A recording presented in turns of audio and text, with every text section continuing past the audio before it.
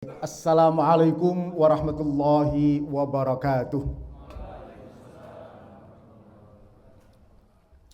Alhamdulillah wassalatu wassalamu ala Rasulillah wa ala alihi wa sahbihi wa mawalah. Allahumma salli ala Sayyidina Muhammad wa ala ali Sayyidina Muhammad. Ini manggil apa saya ini? Bapak Ibu, adik-adik, dan mungkin sebagian seusia anak-anak saya.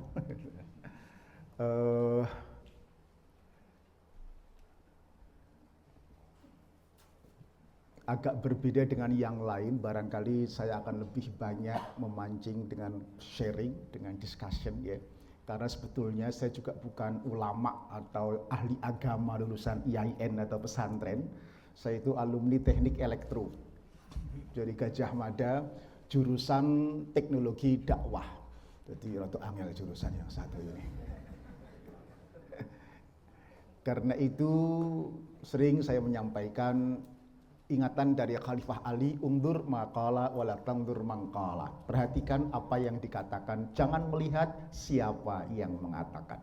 Jika benar itu datangnya dari Allah, jika salah itulah khilaf kami yang memang masih dalam proses belajar dan selalu belajar irit.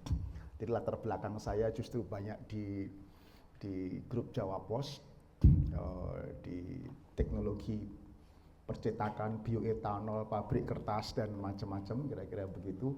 Dan saya sempatkan nulis buku, beberapa judul ini yang kira-kira berbasis spiritual. Parenting berbasis spiritual, leadership berbasis spiritual, etos kerja berbasis spiritual, termasuk be a leader ini ya, melahirkan pemimpin berbasis spiritual. Baik, saya mulai. Be a Muslim leader, sebuah tema yang diminta oleh panitia. Membangun kepemimpinan spiritual berbasis dari masjid. Adik-adik yang saya hormati, pertama, mengapa harus spiritual? Profesor Dr. Muhammad Noh, ya, semua kenal kan, mantan rektor ITS dan juga mantan Mendiknas, pernah membuat kajian ekstrapolasi dengan matematis yang agak rumit, gitu.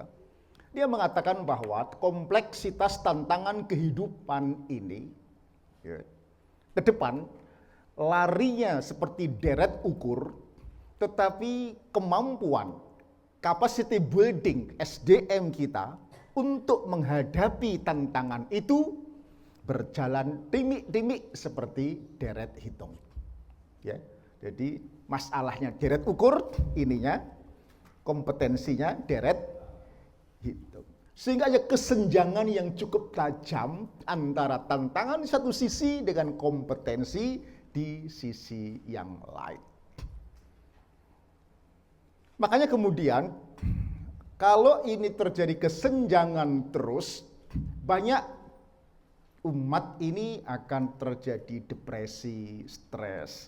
Kemudian sering lalu potong kompas untuk bisa cepat kaya. Potong kompas untuk bisa cepat menjadi pemimpin dengan menghalalkan segala cara. Ya, pada konteks yang demikian maka diperlukan modal spiritual. Mengapa sekali lagi modal spiritual diperlukan? Sering saya ucapkan di berbagai kesempatan ini. Anda boleh saja menghadapi kehidupan ini kaya, kuat secara fisik, cerdas secara intelektual, kaya secara finansial, dan matang secara emosional, tetapi kalau Anda tidak kokoh spiritual, Anda belum tentu mampu melewati krisis kehidupan ini. Contoh, ada seorang ibu yang pinternya tembus langit. Titelnya itu Profesor Dr. Insinyur MSc. Ibu ini lulus cum laude, S3-nya cum laude dari American University. Kurang pinter apa. Ibu ini lulus terbaik Lemhanas. Tetapi tanpa kokoh spiritual, maka sang ibu yang pinternya tembus langit ini secara akademik tampak sedemikian bodoh karena rela mati-matian pasang badan belani Kanjeng Dimas taat pribadi. Masih ingat orangnya? Oke, nggak perlu saya sebutkan. Namanya saja taat pribadi, kan nggak mungkin taat sama Allah, betul nggak? Taat karpe dewe. Ya mending kalau tipuannya itu uangnya keluar dari tangan, seret begitu, amazing lah. Saya juga boleh takjub. Tetapi kalau uang itu keluar dari belakang, pakai jubah besar lagi, saya kira tidak usah dialah, saya pun juga bisa. Bahkan kalau saya nggak perlu jubah, cukup celana kolor agak besar saja mungkin bisa keluar uangnya. Ya. Ada orang kaya, secara finansial, kayanya luar biasa, punya uang cash 200 miliar rupiah. Anda pernah melihat uang cash 200 miliar? Lihat saja, apalagi punya ya itu. Tetapi kalau tidak kokoh spiritual, orang Makassar ini masih membawa uang 200 miliar ke Probolinggo untuk digandakan. Subhanallah. Ada? Ya berita itu. Di Kanjeng taat pribadi juga. Ya Allah. Dipakai apa begitu uangnya? Hari ini banyak orang tokoh-tokoh terkemuka. Tokoh itu terpilih. Menang DPRD, menang gubernur, wali kota, ya ada yang jadi bupati, ya.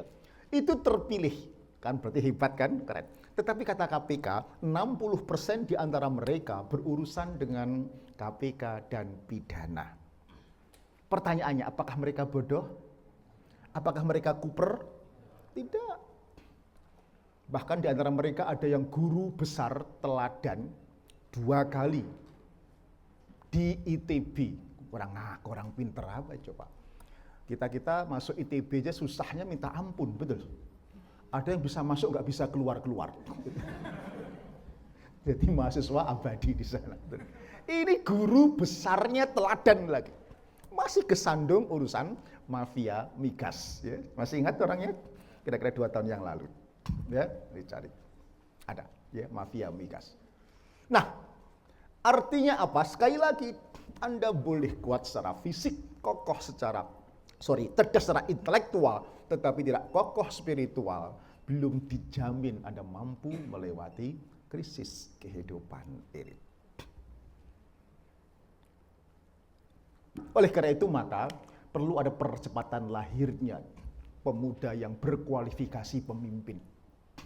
Ya, ada ungkapan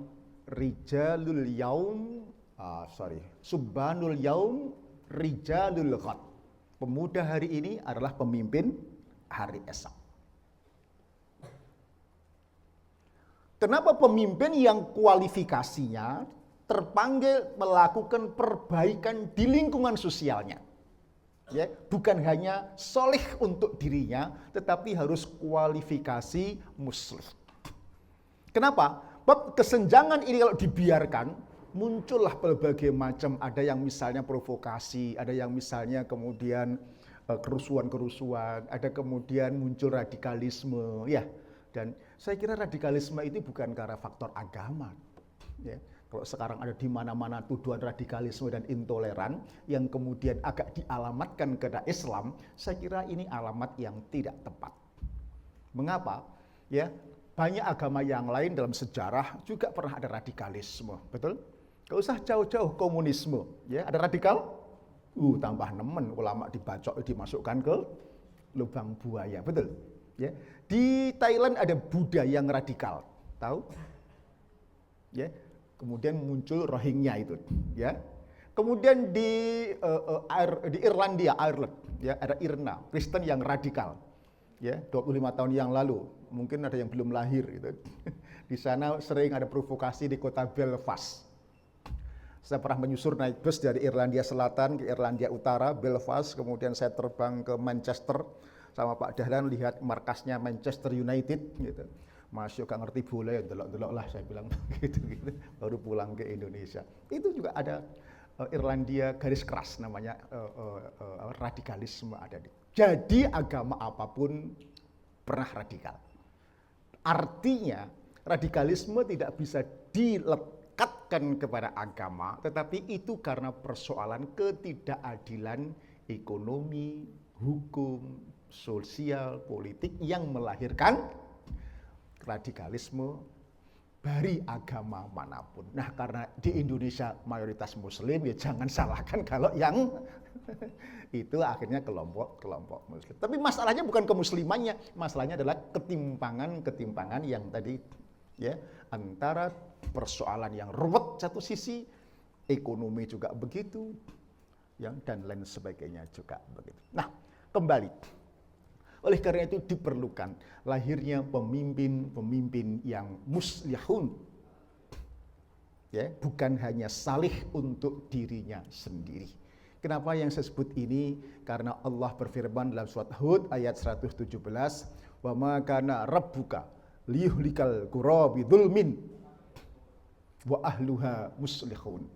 Tuhanmu tidak akan pernah menghancurkan suatu negeri dengan zalim, termasuk Indonesia. Selagi di republik ini ahlinya, penduduknya masih banyak orang-orang yang muslihun. Muslihun itu bukan hanya saleh. Kalau saleh itu selamat untuk dirinya sendiri, tapi muslihun itu muslih, ya, mengadakan perbaikan untuk lingkungan sekitarnya.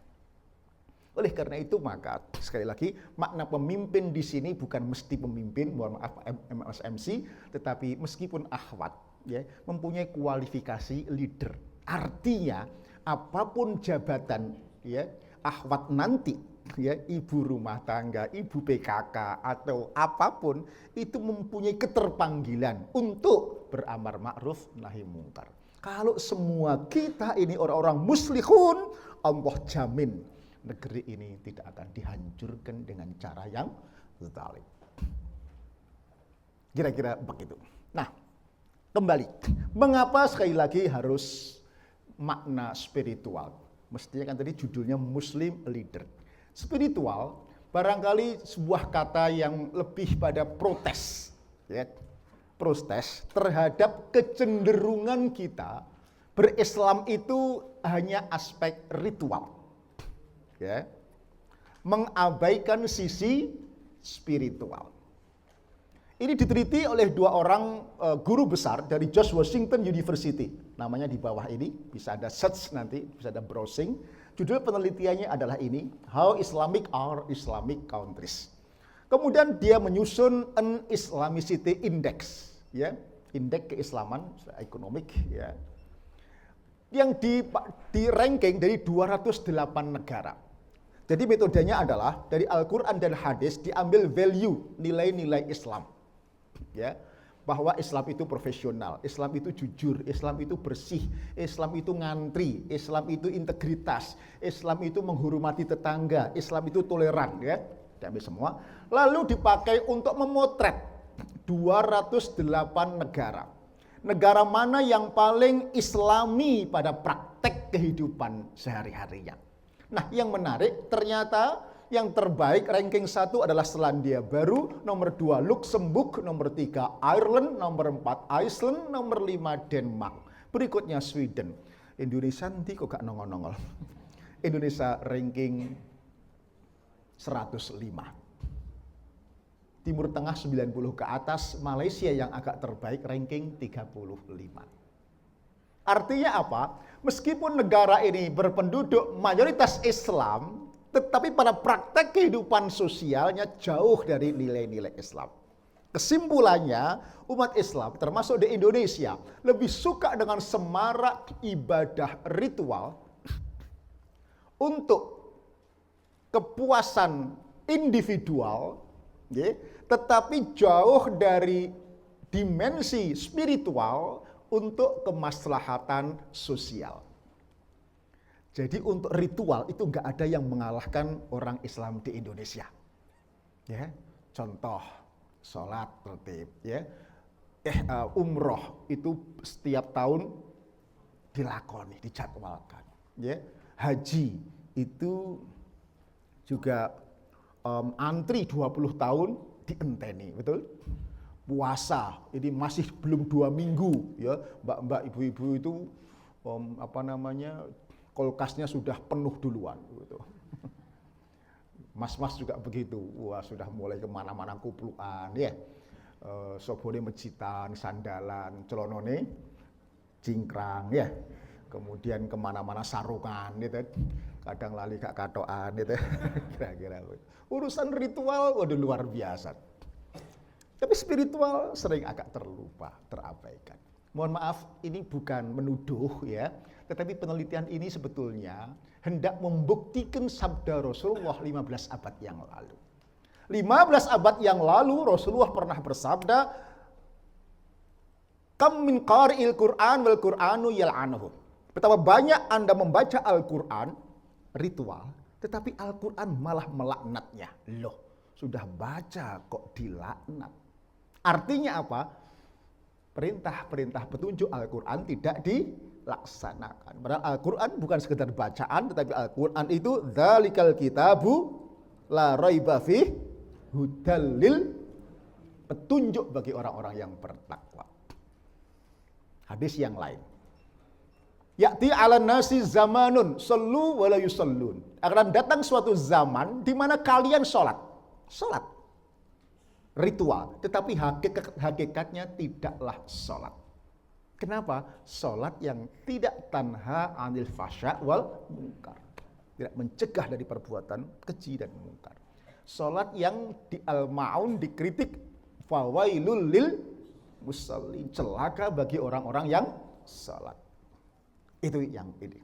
Jadi itu terbatas pada ritual, tidak menyentuh aspek spiritual. Pertanyaannya kemudian, di mana level spiritualitas kita? Kalau skala 1 sampai 10 gitu kira-kira, posisi kita di angka berapa? 8, 7, 6, 5, berapa kira-kira? 6. Ya. Mau tata cara melihat aspek spiritual ini? Caranya adalah orang yang selalu melakukan laku kemuliaan sedemikian rupa sehingga dia selalu siap menghadapi kematian. Siap mati itu ibadahnya, spiritualnya mantep. Kalau takut mati itu maksiatnya masih mantap. Kira-kira. Setuju? Setuju? Oke, adik-adik sudah siap menghadapi kematian? Siap? Alhamdulillah. Kalau siap, silahkan Anda duluan, tidak apa-apa. Saya tak belakangan saja. Saya suka mengalah kok yang satu itu. Baik, ini bukan guyonan, tetapi sesungguhnya ada hal yang prinsip. Perhatikan, kenal ini. Steve Jobs. Jangan hanya kenal orangnya. Kenapa karya-karyanya bisa leader? Enggak ada yang karya yang follower. Betul? Produk smartphone-nya, iPhone 6, iPhone 7 ya. Sedemikian mahalnya sampai kalian nggak kuat membelinya, betul. MacBook yang punya saya ini sekarang ini sudah 25-27 juta kalau nggak salah ya. Itu 5 kali lipat dibanding dengan laptop sepantaranya kira-kira begitu, betul? Saking canggihnya, kadang-kadang kalau LCD ini jadul begitu, ini nggak bisa keluar ini, ya, nggak kompatibel kira-kira gitu ya. Ini sudah 5 kali. Jadi karyanya nggak ada yang follower. Karya Steve Jobs ini leader. Nah, tapi perhatikan quote-quote-nya, sangat spiritual. Di antaranya ini, remembering that I'll be dead soon is the most important tool, ya.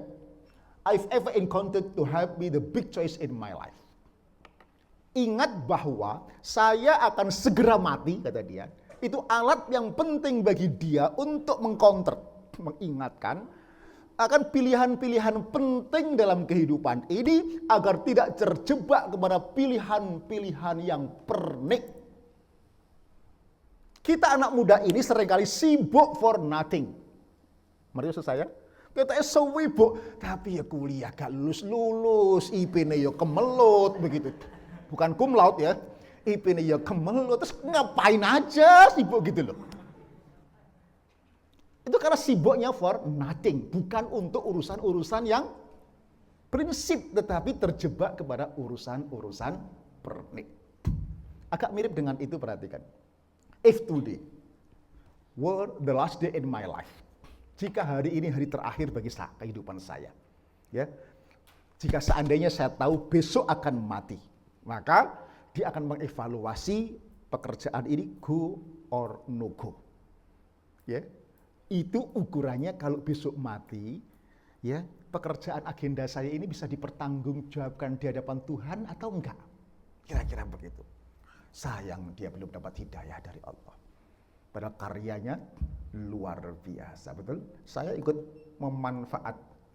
ikut menikmatinya. Ayo coba kalau file kayak saya itu punya laptop biasa, walah virus gak karu-karuan akehi gitu. Untung laptop, jadi manajemen ngawur kayak saya itu ya tetap menter aja nggak ada virus yang masuk gitu ya. Ya, itu luar biasa. Sekali lagi, tidak terjebak kepada urusan-urusan yang pernik. Ayo coba kita evaluasi. Seringkali kita sibuk itu urusan yang besar itu apa misalnya? Urusan dengan Tuhan, Allah itu urusan besar. Urusan dengan kampus, kewajiban belajar itu urusan yang besar. Urusan dengan orang tua, urusan besar. Urusan dengan sosial, besar. Pekerjaan bisnis itu urusan besar. Tanggung jawab keluarga, sebagai anak, sebagai istri, sebagai suami itu urusan-urusan yang besar. Nah, itu dahulukan. Nah, hari ini jujur aja teman-teman adik-adik, banyak urusan-urusan pernik yang kemudian semacam mewarnai pola pikir orang-orang Indonesia. Contoh yang paling gampang begini. Anda tahu mantu itu apa? Wedding party. Ya. Itu berapa banyak pernik atau banyak prinsip? Banyak pernik. Berapa persen pernik, berapa persen prinsip? Berapa? Ini ekstrim 90% ya. Yang moderat. Oke, 80% pernik, sisanya prinsip, betul. Tetapi urusan pernik yang mayoritas ini, walah di Indonesia disiapkan luar biasa. Rapatnya, persiapan bisa 1-2 tahun sebelumnya. Betul? Temanya itu rapat panitia EO. Temanya apa? Sederhana, temanya misalnya ungu. Maka backdropnya warna ungu. Dress code-nya warna ungu, ya, undangannya warna ungu, apalagi taplaknya warna ungu, lagunya ungu. Dan itu ratusan juta rupiah. Bahkan ada yang tembus miliar rupiah, betul? Kalau punya uang enggak apa-apa. Sedekah oke, saya enggak ngomong. Tapi betapa banyak orang yang enggak punya uang, kejebak pernik, tuntutan konco-konco gak enak, tonggo-tonggo gak enak, maka dia hutang bank, menggadaikan rumahnya, berharap bisa mengembalikan pinjaman bank dari kotak amal. Ternyata kotak amalnya tidak cukup, ya, gak ada yang mencukupi, ya. Akhirnya rumahnya hampir disita oleh bank, ya. Ada seperti itu? Ada banyak. Orangnya datang. Oh, enggak ada di sini ya, enggak ada. Orang yang enggak datang. Ya Allah. Loh, enggak usah jauh-jauh, bule saya di kampung hampir seperti itu. Kalau enggak diselamatkan, ya keluarga bantingan untuk menyelamatkan rumahnya. Ini tidak hanya generasi kaya loh ya, tidak hanya orang-orang yang the have not. Saya punya tetangga kampung Seng, ya, kampung Seng tahu sendiri kan, enggak punya rumah yang seng-seng begitu ya. Itu urusan yang pernik, aduh saya kalah. Sunatan saja, Masya Allah. Ada peristiwa pakai undangan, pakai BCN ya. Speaker semalam suntuk namanya Walimatul Khitan. Ono tahu Walimatul Khitan itu. Hadisnya ono. Gak ada siapa yang nyuruh. Anak saya laki-laki 4. Waktu khitan gak tak apa-apa nih. Potong jebret selesai, syukuran, nasi kuning begitu aja. Alhamdulillah, 4-empatnya tidak balik itu sunatnya, tidak itu. Sekarang yang 2 sudah menikah, juga punya anak. Artinya kan fungsional begitu. Nggak perlu pakai walimatul khitan. Buat apa begitu loh? Dan konteks ini Eropa, Amerika lebih Islami. Kalau undangan berapa sih yang maksimal yang balik? Undangan berapa pantasnya? Kalau walimatul urus begitu, ya. Kan saksi minimal 2, ya. Betul. 10 udah banyak kan? Nah di Jepang, di Eropa, Amerika itu undangan 35-50, itu sudah manajer. Kalau bos itu ya paling maksimal 100, itu udah luar biasa. Makanya ketika ada tamu teman saya dari Jepang atau dari Eropa, melihat mantenan di Indonesia, itu kaget dia. Nah kaget ini bahasa Jermannya kami singunen. Tahu kami singunen? Kami singunen itu apa jenisnya? Mana kami singunen itu? Tahu kami singunen? Apa? Terheran-heran itu loh. Lah kok tamu sekian banyak dari mana datang? Di sana kan ya 35-50, di sini enggak. Undangan 2.000. Undangan 3.000. Dari mana orang seperti itu? Dia heran. Nah, ini yang saya kira pernik-pernik. Tapi seringkali urusan-urusan prinsip diabaikan. Ya, gara-gara itu kadang sholat 5 waktu pun keteteran. Ya, di Jakarta udah mulai. Ya ditegur begitu, enggak sholat kacau-kacau ditegur gitu, alasannya pakai nyanyi. Subuh kesiangan, duhur kerepotan, asar di perjalanan, maghrib kecapean, isya ketiduran. Tahu judul lagunya? Kan tahu. Judul lagunya Kakean Alasan. Belum saya launching memang itu. Oke, saya teruskan. Adik-adik, generasi terbaik ternyata adalah pemimpin yang kualifikasinya muslih. Nah, ada panggilan untuk jadi orang sukses, yaitu hayya 'alal falah. Hayya 'alal falah itu diserukan setelah hayya 'alas sholah. Kalau boleh, standar ini sama pentingnya dengan hayya 'alas sholah. Karena jumlah panggilannya sama, nadanya sama. Setuju? Tidak hanya sukses pada ritual, tetapi Anda juga harus sukses memenangkan dalam kompetisi kehidupan ini. Al-falah, bahasa lainnya as-sa'adu, al-fazu, dan an-najahu. Kalau boleh saya definisikan adalah, al-falah itu adalah menang, berhasil, mencapai apa yang menjadi impian dengan tingkat keberhasilan yang lebih hebat karena hasil kompetisi yang fair. Tidak dengan cara yang zalim, sehingga kemenangan itu menimbulkan kebahagiaan hidup yang luar biasa. Itu al-falah. Dan panjenengan adik-adik dipanggil setiap hari bukan oleh misbah. Oleh siapa? Oleh Allah. Hal come to success, hayya 'alal falah. Ayo. Jadi orang muslim yang menang dalam kompetisi kehidupan ini. Jadi pemimpin. Bukan hanya sholat soleh untuk diri Anda sendiri. Saya kira ini penting. Tidak heran adik-adik, kalau para nabi zaman dulu sangat concern dengan persoalan kepemimpinan ini.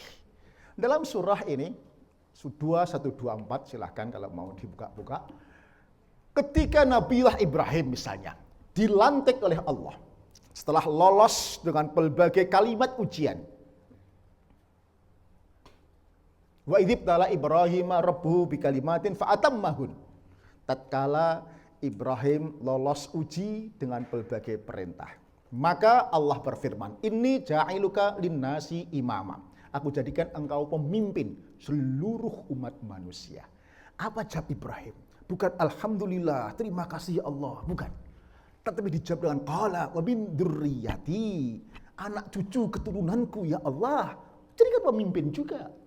Maka jawab Allah, qala la yanalu ahdidz zalimin. Oke, janjiku tidak berlaku bagi orang-orang yang zalim. Itu concern. Bayangkan ketika di wisuda Allah, permintaannya bukan kaya, selamat, bukan gimana anakku, bukan, tetapi keturunanku jadikan pemimpin. Kedua, Rasulullah Muhammad ketika wafat ditunda pemakamannya karena lama berdebat persoalan pemimpin pengganti beliau. Nah, ribet bukan karena rebutan maju, tetapi rebutan mundur. Siapa yang lihat film Umar ya, mempersilahkan kamu aja. Karena sahabat tahu bahwa pemimpin ini bukan kehormatan. Pemimpin ini amanah yang besar. Tidak heran kalau kemudian sahabat-sahabat zaman Nabi itu adalah orang-orang yang keren di bidangnya masing-masing. Pemimpin ya hebat. Di padang pasir yang tandus itu ada fenomena yang luar biasa. Kepemimpinan dua Umar bin Khattab dan Umar bin Abdul Aziz. Memimpin padang pasir semenjak Persia sampai Mesir, seperti itu, menjadi negara bangsa yang tidak ada orang miskin sama sekali, sehingga zakat sulit dibagikan. Padahal waktu itu negara tandus, belum diketemukan minyak. Yang tumbuh hanya kurma, bayangkan. Tetapi nggak ada orang miskin sama sekali. Nah, bandingkan negara kita yang makmurnya luar biasa. Sampai ada lagu tongkat kayu dan batu jadi tanaman, betul? Hanya ada di Indonesia, pohon pisang itu bisa tumbuh di tengah-tengah jalan beraspal. Di Eropa, di Amerika, Singapura gak ketemu saya itu. Di Masjid Akbar malah ada spesies yang lain, trembesi itu bisa tumbuh di tengah-tengah beraspal. Ya Allah, tetapi tak kunjung ada kemakmuran yang negara ini. Sahabat keren-keren, maksudnya keren itu nggak harus jadi ketua, pemimpin, bupati, enggak. Tetapi apapun status ekonominya, dimanapun posisinya, dia mempunyai kontribusi yang signifikan begitu. Contoh, ada orang miskin zaman sahabat, ya, namanya Bilal bin Rabah. Ingat, sedemikian miskin, apakah Anda berani mengatakan ini gagal, orang-orang gagal ini? Bila semiskin itu disebut terumpahnya sudah kedengaran di surga, betul? Sementara kita kepalanya aja belum tentu bisa masuk. Ini Bilal bin Rabah. Kenapa keren? Karena dia muadzin yang luar biasa. Dia adzan bukan hanya dengan suaranya, tetapi adzan dengan hatinya. Ketika Rasulullah wafat, dia nggak kuasa lagi untuk adzan. Bukan karena jaim, aku muadzin Rasulullah sekarang gak level dong. Bukan begitu. Tetapi ketika dia Allahu Akbar, bisa suara. Sampai asyhadu anna Muhammadar Rasulullah. Dia sudah nggak bisa bersuara, tidak keluar suaranya dan menangis dan berakhir. Saking cintanya kepada Rasulullah, menyebut anna Muhammadar Rasulullah, sudah nggak bersuara. Ketika zaman Hasan Hussein diminta lagi, dia coba lagi dan tetap nggak bisa bersuara ketika meneriakkan Muhammadur Rasulullah, nggak kuasa, sakit. Artinya keren gitu loh, meskipun miskin, ya, kaya bermanfaat, kalau miskin bermartabat, nggak minta-minta. Ada mewakili pemuda, ya, pemuda misalnya seperti Ali bin Abi Thalib, yang kata pinternya luar biasa. Sampai ada sebuah lagu ini, ada Madinatul Ilim wa aliyun babuha wa man aradal madinatu ya'tiha min babiha wa ya'tiha min babiha. Pernah dengar? Masa nggak dengar? Tadi saya baru nyanyi tadi, nggak dengar dah. Saya kotanya ilmu, maka Ali itu pintunya. Barang siapa ingin mencapai Nabi, maka lewatlah Ali pintunya. Artinya pinternya Ali ranking 2 setelah Rasulullah SAW. Kira-kira begitu. Nah, mestinya Anda yang kuliah itu mestinya mewarisi Ali lah. Muslim itu ya IP-nya cum laude begitulah, gitu. Jangan IP-nya kemelut. Rame-rame bukan summa cum laude tapi semua kemelut. Ya enggak lah. Harus pinter-pinter. Seperti Ali. Ya. Yang pernah pengalaman di preman, nggak apa-apa. Ada Umar, mantan preman, tetapi setelah masuk Islam, pemihakannya kepada Islam luar biasa. Sampai dikatakan kalau Umar mau lewat, itu setan-setan pada diskusi, mikir. Umar mau lewat katanya, begitu ya. Ketakutan sudah. Beda kalau kita yang mau lewat. Kumpul-kumpul, teman lama mau datang kelihatannya. Ya Allah.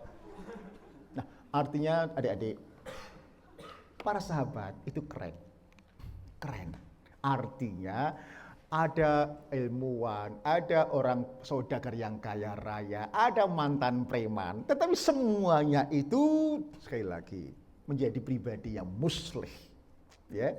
Mereka penyeru kebaikan di komunitasnya masing-masing. Nah, ini yang saya kira strong point yang perlu saya sampaikan kembali. Nah, sekali lagi adik-adik, mengapa harus peduli pemimpin? Persoalan visi kepemimpinan ini sekarang banyak diabaikan. Ya, banyak diabaikan. Beda antara doa dengan aksi nyata, beda antara harapan versus tindakan. Contoh, doa kita. Siapa yang sudah berkeluarga dan saya kira semua sudah berdoa, Rabbana hablana min azwajina. Ya, apa semua? Wa dzurriyyatina qurrata a'yun waj'alna lil muttaqina imam. Ya Allah, anugerahkan kepada kami anak cucu, ya, keturunan dan pasangan yang menyejukkan pandangan mata kami. Sampai di sini doa kita sudah kita rasakan, betul? Tetapi waj'alna lil muttaqina imama. Jadikan anak cucu kami keturunan imam, pemimpin bagi orang-orang yang bertakwa. Pertanyaannya, betapa banyak orang tua dan anak-anak tentu yang masih konsisten visi ya, dirinya yang masih muda dan anaknya itu ingin menjadi imam, pemimpin bagi orang-orang yang muttaqin. Berapa banyak? Saya kira sudah jarang sekali. Rata-rata orang tua dan itu mewaris kepada Anda kalian, ya. Makna sukses itu kalau sudah bisa sekolah, mari ngono pinter kuliah, habis kuliah kerja, habis kerja nikah. KKN, gitu ya. Setelah itu kemudian orang tua waktu reuni ketemu teman-temannya, ditanya gimana keluarga, gimana kabar anak-anakmu? Alhamdulillah, anak saya sudah mentas semua, gitu. Sudah jadi orang semua. Nggak ada yang jadi bedes, nggak ada yang jadi orang-orangan, nggak ada yang jadi beban, begitu. Betul? Seolah-olah makna sukses itu pekerja. Kualifikasinya kuliah, kerja, nikah, pekerja. Bukan sebagai pemimpin. Nah, kalau seperti itu halnya, lalu dikemanakan doa waj'alna lil muttaqina imama? Dikemanakan doa itu? Doanya mengatakan waj'al muttaqina imama, tindakan aksi nyatanya sudah tidak lagi menggarap mempersiapkan anak-anak atau panjenengan sendiri menjadi pemimpin bagi orang-orang yang bertakwa. It is the problem. Mengapa saya katakan problem? Nanti terus pelan-pelan saya sampaikan. Ini. Padahal para ahli sosiologi kepemimpinan mengatakan apa yang disebut dengan teori Pareto kepemimpinan. Nasib sebuah bangsa, sebuah negeri, ya, sebuah organisasi atau perusahaan 80% ditentukan siapa pemimpinnya. 80% ditentukan siapa pemimpin. Kalau negara siapa presidennya. Ya, ini diperkuat dengan penelitian Kausis dan Posner. Dia meneliti 10 negara maju. Mengapa mereka bisa maju? Dikaitkan dengan kriteria presiden pilihannya. Ya. Selama 15 tahun, berarti 3 kali pemilu. Yang menarik ternyata urutan tertinggi kriteria presiden pilihannya adalah honesty atau sidik, jujur. Ya, itu 88%. Urutan kedua adalah visioner. Bahasa Inggrisnya, bahasa Arabnya adalah amanah. Urutan berikutnya adalah kompeten atau fatonah. Urutan berikutnya adalah inspiring. Bahasa Arabnya adalah tabligh. Kesimpulannya, ya, kriteria sidik, amanah, tabligh, fatonah tidak hanya relevan di zaman Nabi 15 abad yang lalu, tetapi masih relevan dan cocok untuk memilih pemimpin di zaman modern sekarang ini. Terbukti mereka negara-negara yang masih memilih kriteria presiden, sidik, amanah, tabligh, fatonah, negaranya maju dan makmur. Nah, mengapa negara kita gak maju-maju? Nah, mungkin tidak cerdas memilih pemimpin yang sidik, amanah, tabligh, fatonah. Ya, sukanya memilih pemimpin yang memelas.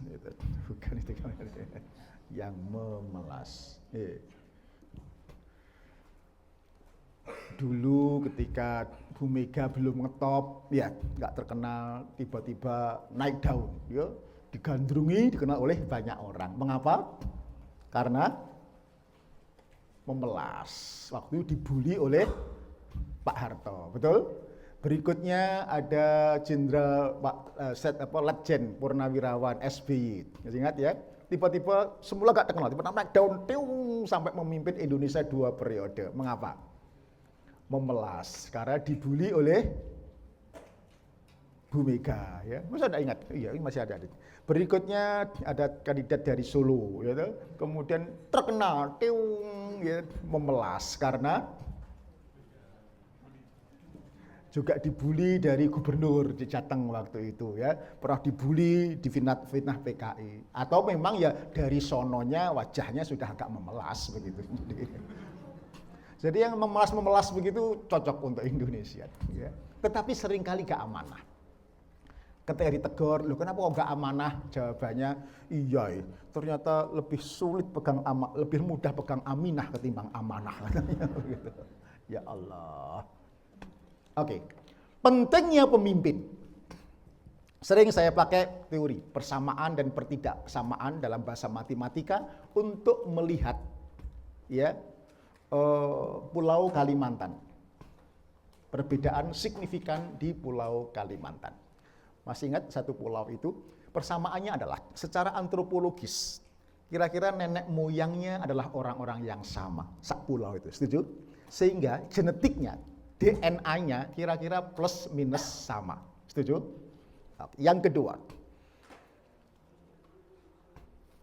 resources, sumber daya alamnya sak pulau itu kira-kira plus minus sama. Setuju? Karena perbedaan sejarah, maka kemudian pulau itu terbelah menjadi 3. Indonesia, Malaysia, dan Brunei Darussalam. Betul. Pertanyaannya, negara mana yang paling tua merdekanya? Indonesia. Negara mana yang paling luas wilayahnya? Indonesia. Negara mana yang paling sengsara hidupnya? Indonesia. Kok bisa? Kok bisa? Logisnya, mestinya paling tua, paling besar, paling makmur, betul? Indonesia dengan Malaysia misalnya, 50 tahun yang lalu, orang-orang kita itu masih menjadi gurunya Malaysia. Guru matematika di Kuala Lumpur, betul? Dari Lamongan, ya. Hari ini jadi apa? Jadi hari ini jadi TKW, jadi TKI, jadi babunya Malaysia. Ini baru 50 tahun. Dulu, Bung Karno teriak ganyang Malaysia. Sekarang, pulau kita, budaya kita di ganyang Malaysia. So, perbedaan Indonesia dengan Malaysia bukan hanya bumi dengan langit, tetapi seperti langit dengan sumur. Jadi bainas samawati was sumur, kira-kira begitu. Saking dalamnya perbedaan itu. Tambah lagi dengan Brunei. Adik-adik, Brunei itu negara yang merdeka kemarin sore. Betul. Negara itu kecilnya, aduh, uncomparable lah dengan Indonesia. Gimana? Negara itu hanya berpenduduk 450.000, kira-kira 3 kecamatan di Surabaya. Gayungan tambah Wonokromo tambah sawahan. Itu sama dengan Brunei. Tetapi perhatikan prestasinya. Indeks pembangunan manusianya nomor 2 setelah Singapura. GNP-nya nomor 5 di dunia. Tertinggi, nomor 5. Kemudian, lagu kebangsaannya adalah Tuhan peliharakan Sultan. Ya. Kemudian moto negaranya adalah selalu ikuti syariah atau aturan Islam. Kemudian sistem pemerintahannya adalah monarki absolut Islam.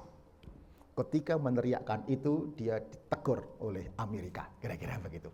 Tapi Sultan berani nantang, Amerika, lu ngapain ngurus negara gua? It is my country, lu mau apa? Begitu. Negara 3 kecamatan itu lemah, berani nantang Amerika. Keren gak? Nah, negara kita sampai Sabang sampai Merauke kok, ya toh? Alih-alih nantang Amerika. Negosiasi Freeport itu loh, gak punya nyali, maju mundur kayak undur-undur. Ini saya kira kepemimpinan, betul? Leadership. Sama resourcesnya kan, sama resourcesnya, sama nenek moyangnya, tetapi mengapa kemudian kita yang paling besar kok paling memprihatinkan keadaannya? Ini saya kira beban. Nah, oleh karena itu adik-adik, saya kira situasi kekacauan yang semacam ini, ya, itu kata kunci menurut saya, kata kunci, keywords-nya adalah persoalan kepemimpinan. Nah, adik-adik, saya kira saya minta untuk mulai peduli berbicara persoalan kepemimpinan ini.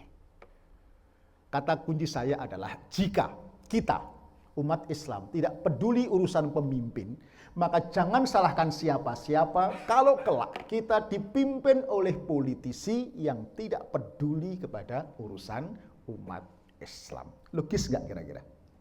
Logis nggak? Ya, kalau kita tidak peduli, maka ya kita akan dipimpin oleh politisi yang tidak peduli kepada umat Islam. Nggak usah jauh-jauh, misalnya begini.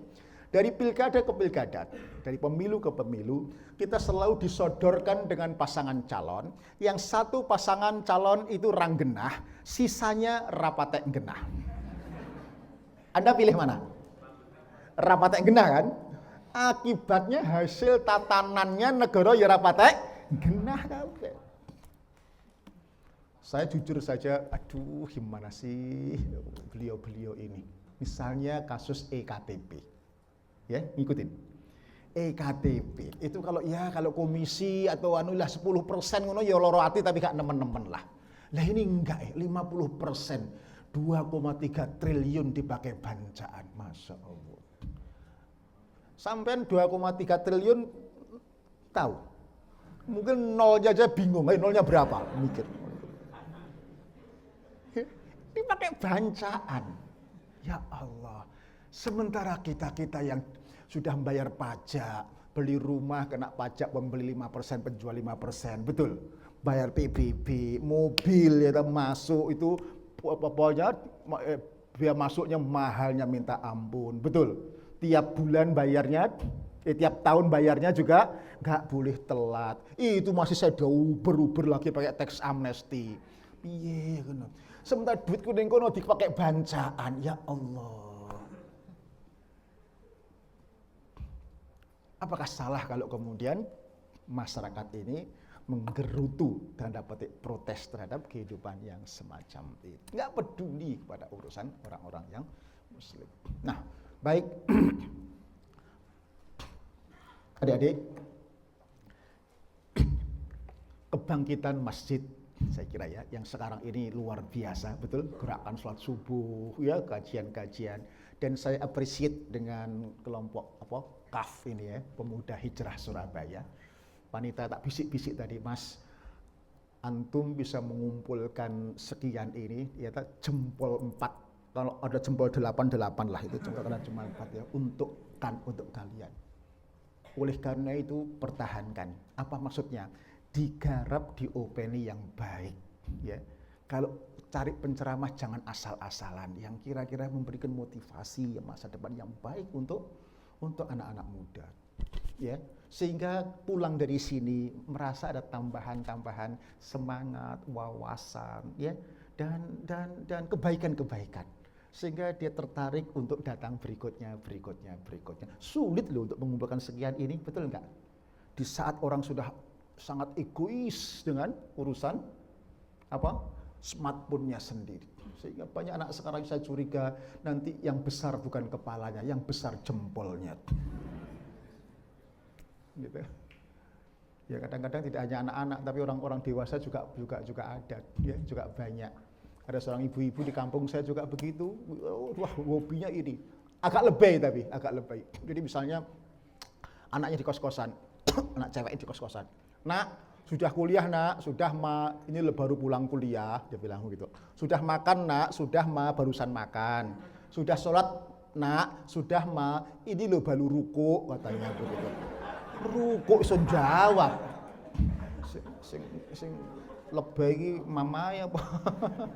Anak, ya Allah. Oke, jadi very appreciate dengan KAF Pemuda Hijrah Surabaya ini. Saya kira Anda yang akan menjawab tantangan kehidupan Anda, ya, tantangan kehidupan Anda. Bahkan Pak Nuh yang di depan saya katakan tadi berani menyebut angka begini. Dalam 20 tahun ke depan, kalau Anda sekarang 20 berarti Anda umurmu 40 ya, 40-45. Dalam 20 tahun ke depan, kompleksitas masalah cari duit ekonomi, masalah politik, masalah ngopeni anak, itu 35 kali lipat lebih sulit ketimbang sekarang. 35 kali. Ya, sulit ketimbang sekarang. Nah, gimana ngitung-hitungannya tanya Pak Nuh nanti kalau ketemu sampai. Tapi begitulah dia membuat ekstrapolasi angka-angka. Baik. Nah, artinya masjid yang saya kira kegiatan ini juga harus berdimensi spiritual, jangan hanya ritual. Masjid bukan hanya tempat sholat, tetapi sebagai pusat peradaban yang melahirkan kepemimpinan. Masjid tidak boleh alergi bicara ekonomi, ya, politik, termasuk kepemimpinan. Adik-adik, sudah lama kita agak dibohongi, ya, ditipu. Udahlah, politik ini kotor.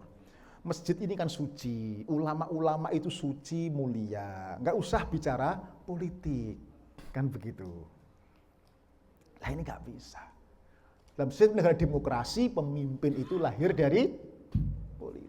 Kalau kita tidak peduli, maka yang lahir adalah pemimpin-pemimpin yang tidak peduli kepada urusan umat Islam.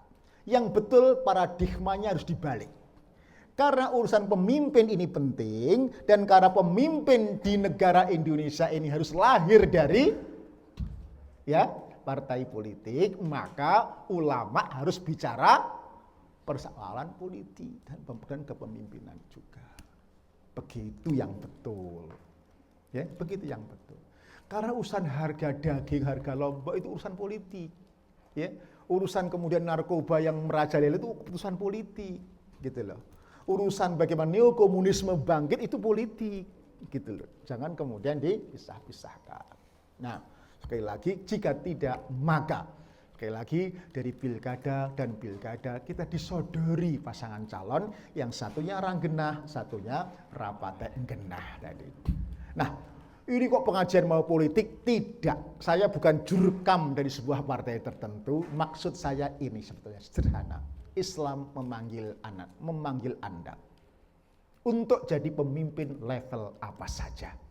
Dari Anda masjid atau dari kelompok Al-Kaf ini harus lahir ketua senat. Setuju? Ketua BEM, kok BPM ya, ketua BEM ya, Badan Eksekutif Mahasiswa, ketua jurusan, ya, sekretaris jurusan, HM, himpunan mahasiswa, ya. Lalu di kampung dari masjid harus lahir ketua RT, ketua RW.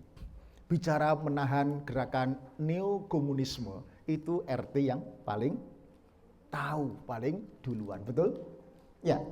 Dari masjid harus lahir wali kota, gubernur, ketua partai, ketua DPR, bahkan kalau perlu presiden. Juga ibu-ibu, mbak-mbak, saya kira tidak terhalang untuk apapun peran Anda, jadilah pemuda-pemuda yang hijrah, yang dalam arti muslih tadi, mempunyai keterpanggilan untuk menyelamatkan amar ma'ruf nahi mungkar, tidak hanya baik untuk dirinya sendiri, tetapi melakukan perbaikan untuk lingkungan sekitarnya. Kalau seperti itu, maka Allah menggaranti negeri itu tidak dihancurkan oleh Allah Subhanahu wa Ta'ala. Saya kira ini untuk sekedar dibaca saja. Ya. Kejayaan akhir zaman akan lahir dari timur. Kalau dulu timur itu diterjemahkan dinasti Habasyah dari timur mampu memenangkan Muawiyah di Syam di barat. Karena Islam sudah terbentang dari Maroko ke Merauke, maka timur itu berarti Merauke, betul? Dan semua mengamini itu. Majelis ulama di Palestina, di negara jajahan Rusia, di Pakistan mengamini berharap Islam itu bangkit dari Indonesia. Di Jepang itu juga suka takmir masjid itu sukanya dari Indonesia. Nggak cocok, nggak suka kalau dari Bangladesh, dari Pakistan nggak suka, Mesir nggak suka. Nah, mengapa nggak tahu? Mungkin sama-sama kecilnya, ya, sama-sama matanya sipit begitu. Etika sopan santunnya sama. Senang dari Indonesia mereka, ya, di Jepang. Nah, oleh karena itu yang terakhir, tugas kita menggenapi syarat-syarat agar layak dipilih oleh Allah Indonesia memimpin peradaban Islam di akhir zaman. Ini ramalan Rasulullah, bukan ramalan saya. Kira-kira begitu. Baik, 1 jam ya saya berbicara. Nah, silahkan kalau ada pertanyaan, dialog, saya kira lebih mengena nanti. Monggo, Assalamualaikum warahmatullahi wabarakatuh.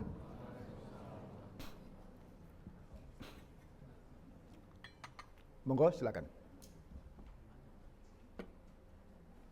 Sorry.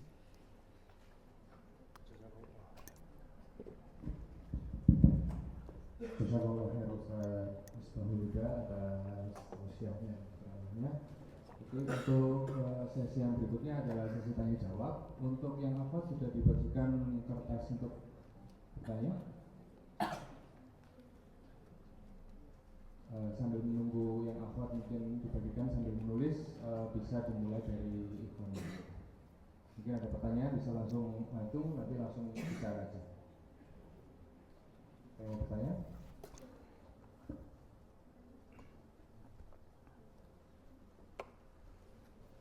Itu ada akhwat, ada. Ahmad.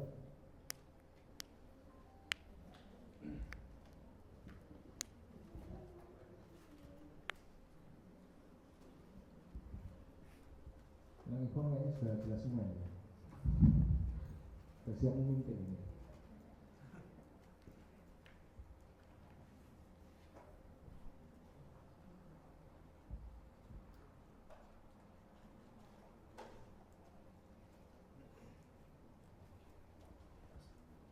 Makanya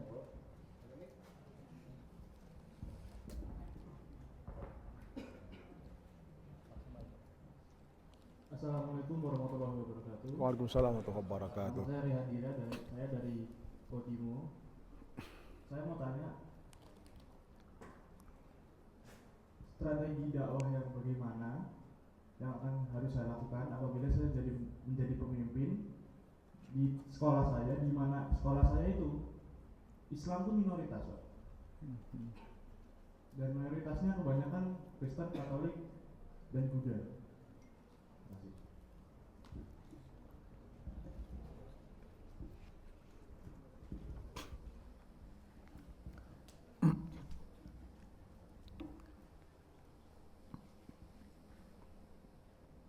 Yang pertama sebelum menjawab aspek strategi dan teknis ya,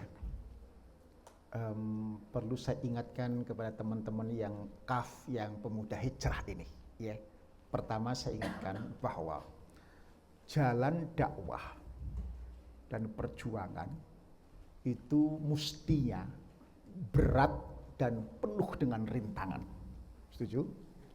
Kalau ada jalan dakwah kok ringan, saya curiga sampean salah jalan.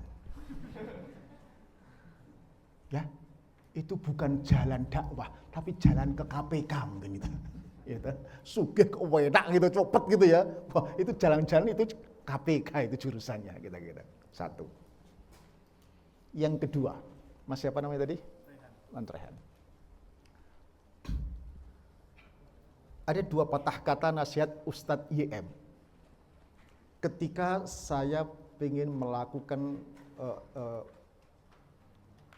kerjaan-kerjaan yang mulia, misalnya ketika ada teman mau membuat Darul Quran, ketika saya ingin membuat percetakan Al-Quran, agar Al-Quran ini tidak dicetak oleh non-muslim, Gramedia dan perusahaan-perusahaan non-muslim lainnya. Saya punya mimpi itu, termasuk Anda ingin berdakwah di kampus komunitas non-muslim. Pesan Ustadz YM adalah bersiaplah untuk menikmati kesulitannya. Paham? Artinya ya, kesulitan yang membersamai Anda berdakwah itu nilai pahalanya berbeda dengan kita-kita yang kuliahnya di UIN gitu ya, Wabeh Muslim gitu ya. Yang kemudian sarjananya SAG, sarjana alam gaib gitu ya. Itu beda. Ya, kesulitan itu pahala. Yang ketiga, Islam tidak hanya Allah tidak hanya menghargai hasil, tetapi Islam dan Allah itu menilai Anda dari prosesnya. So, do something. Ya, serahkan hasilnya kepada Allah. Fa inna ma'al usri yusra. Fa inna ma'al usri yusra. Bersama kesulitan ada kemudahan. Ya, tetapi syaratnya fa idza faragta fansab. Jangan santai-santai, ya. Setelah Anda lakukan habis kuliah, ya ngomong-ngomong sama Muslim, ya diundang diajak pengajian di sini. Kalau di sana tempatnya nggak mungkin, komunitasnya terlalu kecil, ya, ono hanya wong limo pengajian apa jenenge sing teko telu iku sing iso terima tamu sitoke MC sitoke lho. Gitu. Enggak layak untuk anu diajak ke sini, ya. Fa idza faragta fansab. Habis sesuatu kerjakan yang lain untuk dakwah tadi, wa ila rabbika farghab. Yang penting beramal bekerja, tetapi serahkan hasilnya kepada Allah. Allah menilai prosesnya, tidak hanya hasilnya. Wa qul i'malu fasayrallahu amalakum. Berbuatlah, Allah akan melihat, menilai perbuatan amal-amal kamu. So, do something. Jangan mengeluh. Oke? Lakukan sesuatu, jangan mengeluh. Termasuk ini kepada teman-teman yang semuanya ini hari ini krisis luar biasa. Ya, saya kira, nggak tahu, cari duit juga sulit sekali hari ini. Gitu. Ekonomi kayak stuck begitu. Ya. Pertumbuhan ekonomi tertahan di 5%. Disparitas. Kesenjangan kaya miskin juga terus menganga sampai 0,43. Ada tahu yang dari sejarah ekonomi? Koefisien Gini rasio itu mencapai 0,43. Artinya 1% orang Indonesia menguasai 43% aset negara ini. Tanah tambah parah lagi 0,70. 1% orang Indonesia menguasai lahan 70% negara ini. Saya balik 99% orang Indonesia rebutan tanah sisanya. Maka jangan kaget kalau seangkatan Anda akan sulit untuk bisa mendapatkan tanah di Surabaya dan Sidoarjo. Ayo sekarang tanah rumah di Sidoarjo atau Jakarta di Surabaya udah berapa? Ya, nggak ada yang di bawah 1 M, betul? Berarti untuk bisa dapat rumah itu Anda sebagai sarjana nanti DP-nya harus 300 juta ya. Angsurannya per bulan berapa? Gak kurang dari 9-10 juta. Mana ada buat seperti itu. Kecuali kalau Anda bisa pinter. Artinya pinter apa? Cari mertua yang kaya raya, anaknya tunggal, bapak wis tuwek meh mati pisan gitu. Baik. Nah, kesulitan semacam ini pesan saya juga jangan mengeluh. Jangan mengeluh. Ya, lakukan sesuatu, do something. Baik, ada yang dibacakan atau saya baca lang? Baca saja ya biar Anda ya. Ini afat-afat tambah banyak. Yang Ikhwan mana? Saya punya seorang anak, ada yang lihat. Kebiasaannya infak di pagi hari dan memberi makan yang orang tidak mampu selama hidupnya. Kemudian saya orang tuanya melanjutkan kebiasaan anaknya tadi. Pertanyaan saya, apakah anak saya mendapatkan aliran pahala yang saya lanjutkan sepeninggalnya? Oh, sudah nggak ada berarti anaknya ya? Ya, putranya udah nggak ada berarti ini ya. Saya kira sebagai inspiring ya.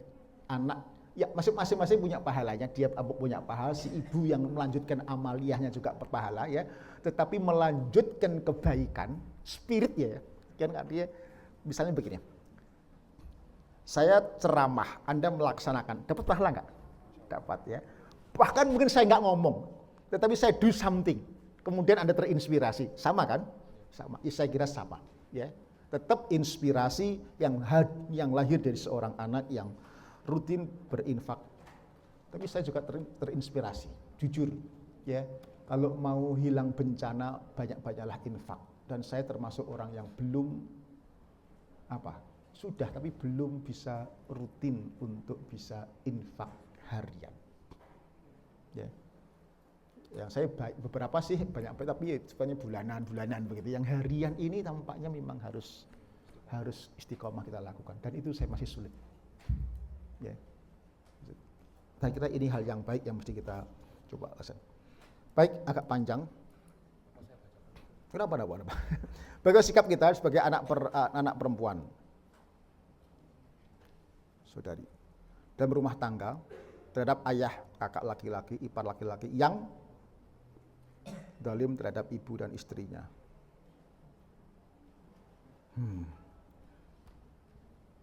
Contoh, kezaliman anak laki-laki terhadap ibunya yang durhaka luar biasa.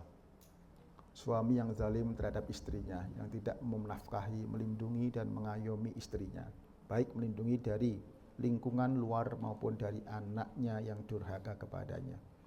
Bagaimana sebagai anak perempuan bersikap dalam kasus ini jika dakwah kita ditolak, membahayakan diri kita pula.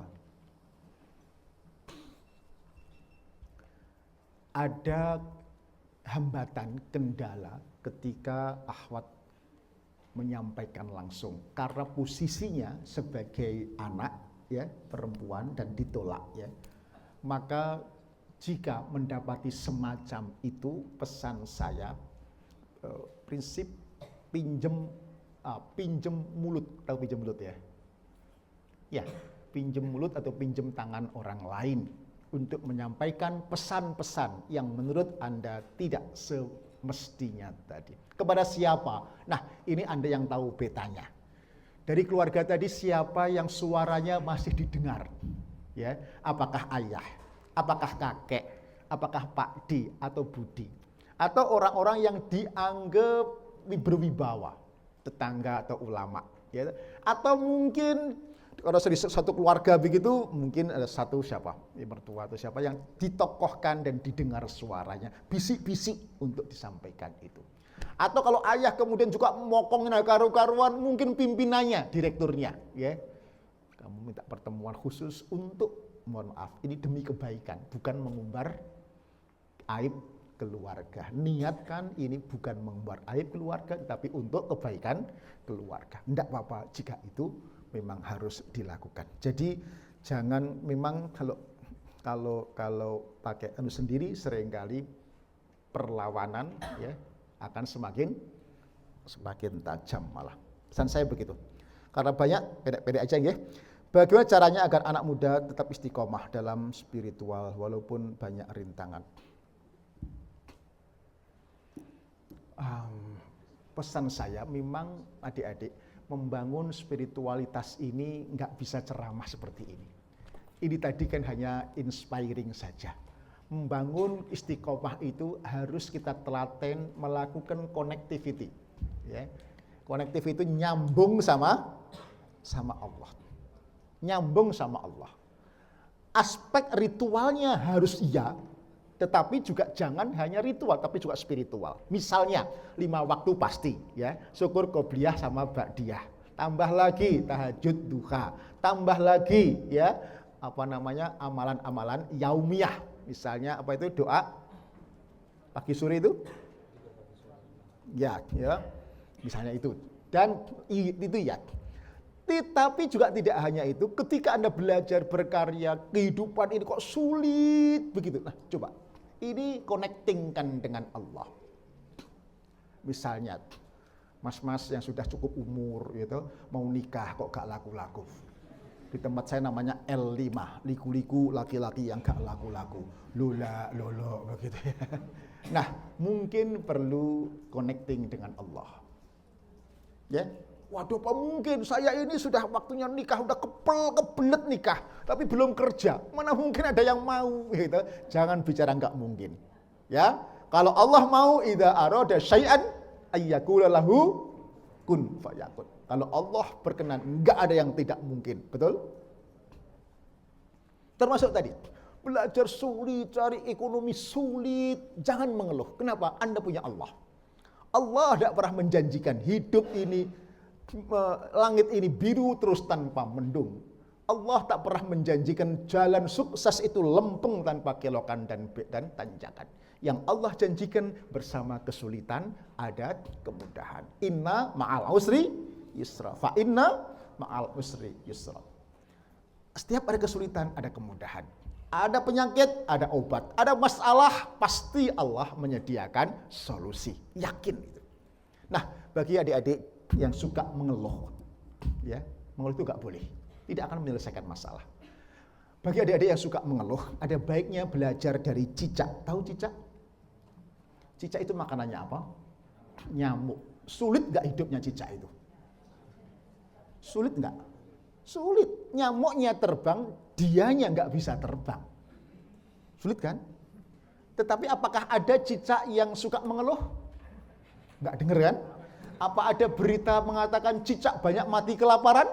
Nggak ada. Yang saya tahu dikabari adik-adik cilik-cilik itu, cicak itu gigih berusaha.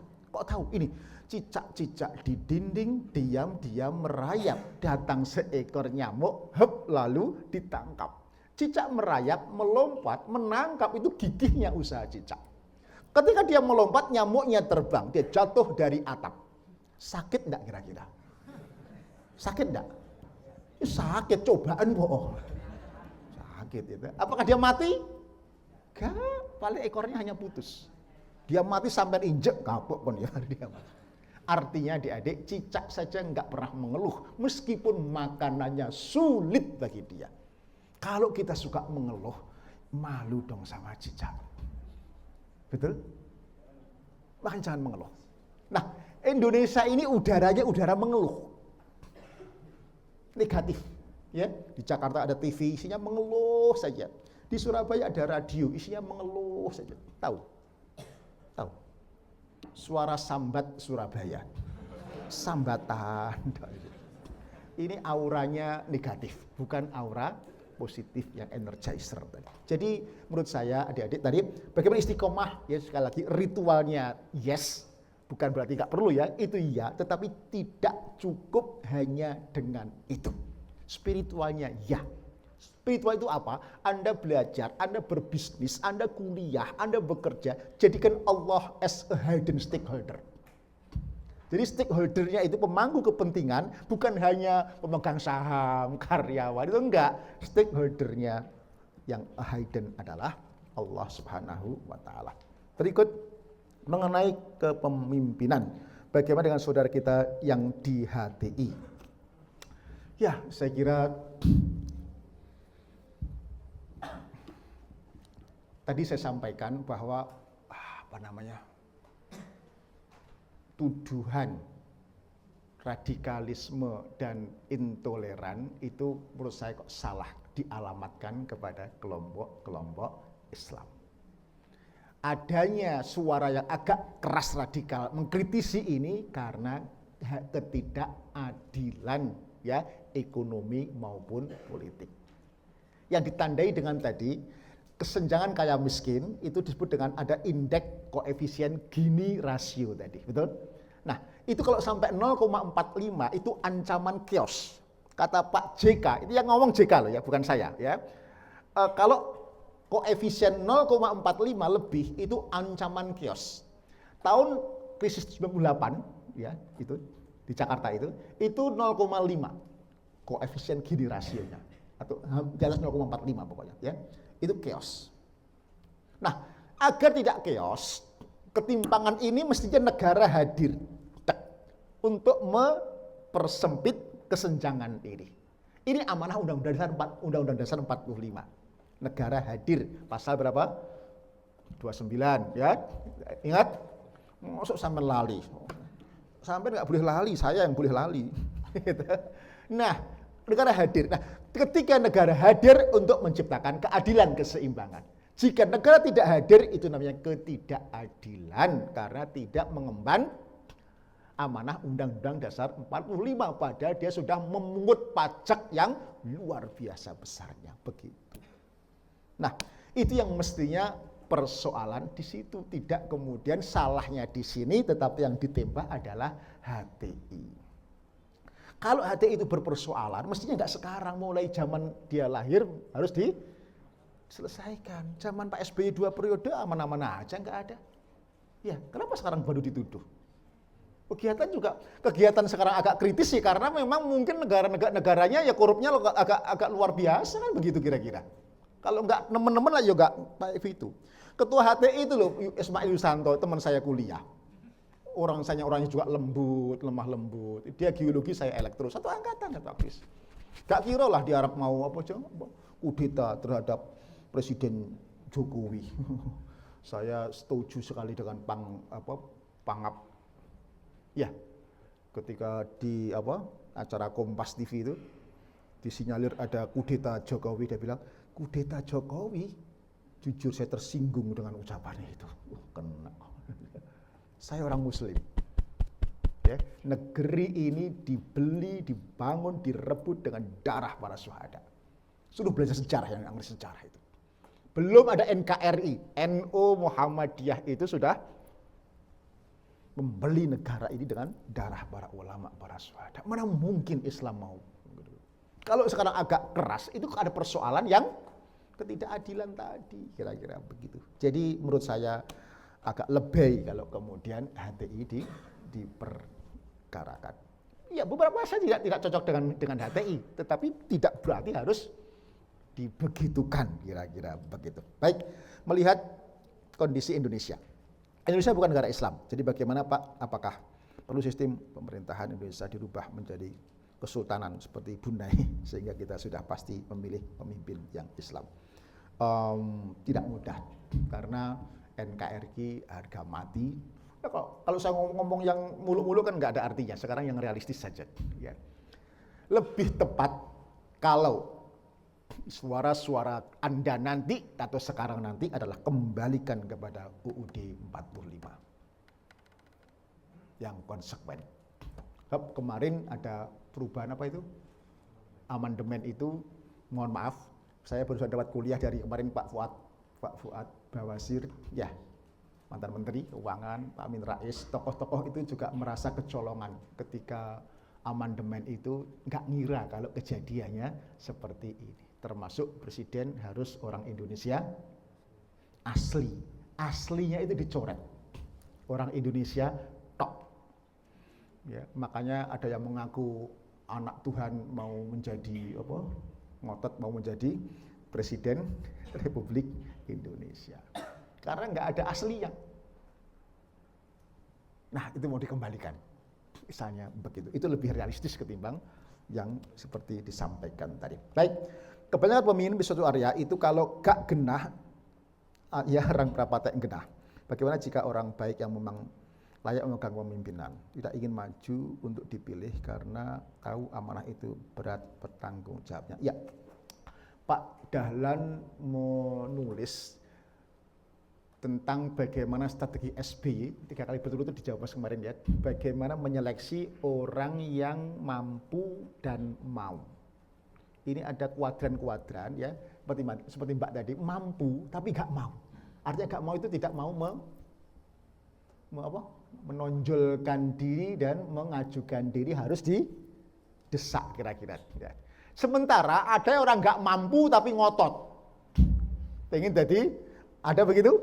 Banyak yang ini gitu. Nah, maksudnya Pak SBY dengan Pak Dahlan itu membuat mekanisme dengan konvensi yang macam-macam sehingga ketemu orang mampu tetapi juga mau didorong. Ini yang saya kira tidak sulit, tidak mudah. Makanya mengapa saya dorong masjid? Ya, saya dorong masjid agar masjid ini bisa melahirkan orang-orang yang mau dan mampu. Harus didorong. Mestinya kalau orang itu begini, kalau orang itu paham, dia dipilih mempunyai kemampuan, tetapi didorong ini bagian dari amanah, harusnya juga mau. Tapi yang tidak boleh adalah dia mengotot, ambisius, memajukan dirinya, itu yang tidak betul. Makanya dari berbagai khutbah, saya kemarin khutbah di Al-Falah, di Al-Akbar, di kampus C, ya, di kampus A, di masjidnya FK, saya ngomong yang sama. Jadi masjid harus mempunyai inisiatif melahirkan pemimpin. Kenapa masjid? Paling tidak Kalau masjid yang melahirkan, dan itu dari jamaah masjid yang istiqomah jamaah 5 waktu, kualifikasi munafik itu mulai tersingkirkan. Betul? Ingat ciri orang munafik? Idza qamu ila sholati qamu kusala. Kalau diundang panggil sholat, dia aras-aras. Kalau ini jamaah masjid istiqomah aktif, mestinya kan bukan kelompok munafik tadi. Yang kedua, orang munafik itu sholat, tetapi berat baginya itu as-sholat isya wa sholatil fajr. Kalau ada jamaah yang pinter, yang amanah, kok dia sregep nang masjid subuh dan isya, mestinya dia bukan kelompok munafik. Itu paling tidak begitu maksud saya. Memang nggak ada yang sempurna, tetapi kita pilih yang terbaik di antara yang dimiliki oleh masjid ini. Saya kira begitu. Waktunya tinggal 20 menit. Bagaimana jika kita seorang wanita sedang memimpin yang anggotanya terdapat beberapa ikhwan? Bagaimana menurut Ustadz, apa hukumnya? Kalau pemimpin jangan, tetapi kalau hanya manajerial administratif masih oke. Kira-kira begitu. Bagaimana cara meyakinkan teman-teman muslim saya di kampus bahwa dakwah itu kewajiban setiap muslim? Ya, saya tadi kan juga ngomong seperti itu.